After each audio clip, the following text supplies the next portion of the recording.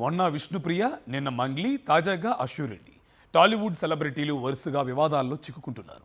ప్రేమ, పెళ్లి పేరుతో కోట్ల రూపాయలు కాజేసి మోసం చేశారన్న ఆరోపణల నేపథ్యంలో అశ్వరెడ్డి, ఆమె కుటుంబ సభ్యులపై హైదరాబాద్ సీసీఎస్లో కేసు నమోదైంది. అయితే సోమవారం మీడియా ముందుకు రానున్న అశ్వరెడ్డి ఈ మొత్తం ఎపిసోడ్లో ఏం జరిగిందో చెప్పే అవకాశం ఉంది. టాలీవుడ్ సెలబ్రిటీలను వివాదాలు వెంటాడుతున్నాయి.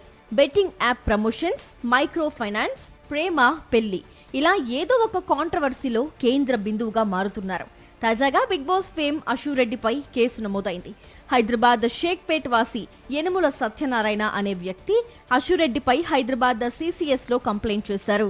సీసీఎస్ పోలీసులకిచ్చిన కంప్లైంట్లో పలు అంశాలను ప్రస్తావించారు సత్యనారాయణ. తన కొడుకు వైవి ధర్మేంద్ర 2018లో ఇండియాకొచ్చిన సమయంలో అశ్వరెడ్డితో పరిచయం ఏర్పడిందని, అలా కొద్ది రోజులకే ప్రేమిస్తున్నానని, పెళ్లి చేసుకుందామని ధర్మేంద్రను నమ్మించి అశ్వరెడ్డి ఆర్థిక అవసరాలు తీర్చుకుందని ఫిర్యాదులో పేర్కొన్నారు సత్యనారాయణ.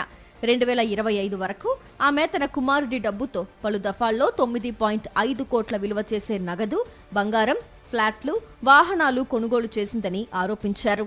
ఆర్థిక అవసరాలు తీర్చుకున్న తరువాత అశ్వరెడ్డి ముఖం చాటేసిందని, పలుమార్లు అడిగినా పెళ్లికి నిరాకరించిందని కంప్లైంట్లో ప్రస్తావించారు సత్యనారాయణ. తనపై వచ్చిన ఆరోపణలపై నటి అశ్వరెడ్డి స్పందించారు. తన ప్రమేయం లేకుండా తన గురించి వార్తలు రాసినా, తప్పుడు ప్రచారం చేసినా లీగల్ యాక్షన్ తీసుకుంటామని సోషల్ మీడియాలో పోస్టు పెట్టారు అశ్వరెడ్డి. మొత్తంగా టాలీవుడ్ సెలబ్రిటీలు వరుసగా వివాదాల్లో చిక్కుకోవడం చర్చనీయాంశంగా మారింది. తాజాగా అశ్వరెడ్డి ఇష్యూలోనూ సీసీఎస్ పోలీసులు కేసు నమోదు చేసి దర్యాప్తు చేస్తున్నారు.